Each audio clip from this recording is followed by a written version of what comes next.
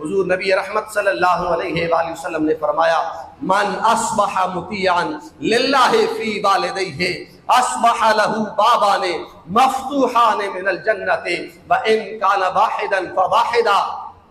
فرمایا جو بندہ صبح اس حالت میں اٹھا ہے کہ اپنے والدین کی اطاعت کر رہا ہے، اللہ کی رضا کی خاطر اپنے والدین کی فرما برداری کر رہا ہے، فرمایا صبح اٹھا ہے اس حالت میں، تو صبح کے وقت ہی اللہ کریم اس بندے کے لیے جنت کے 2 دروازے کھول دیا کرتا ہے۔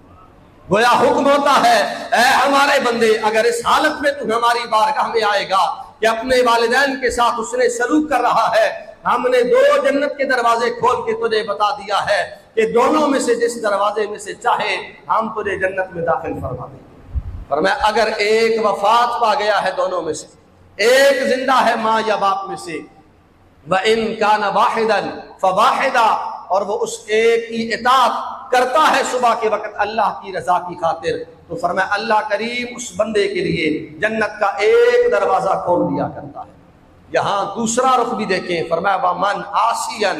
لِلَّهِ فِي وَالِدَيْهِ، جو صبح اٹھا ہے اور اپنے والدین کی نافرمانی کر رہا ہے، من اصبح عاصیا للہ فی والدیہ اصبح لہ بابان مفتوحان من النار، صبح اٹھا ہے اور اٹھتے ساری نافرمانی شروع کر دی ہے، فرمایا ایسے بندے کے لیے عذاب یہ ہے کہ صبح صبح ہی اس کے لیے 2 دروازے جہنم کے کھول دیے جاتے ہیں، اور اسے کہا جاتا ہے کہ اگر تو اس حالت میں مر گیا کہ تو اپنے والدین کا نافرمان ہے، فرما بردار نہیں ہے، تو ہم تجھے دونوں دروازوں میں سے تیری مرضی پر ہوگی، جس سے چاہے گا ہم تجھے جنت میں جہنم میں دھکا دے دیں گے۔ پھر فرمایا وَإِن كَانَ وَاحِدًا فَوَاحِدًا،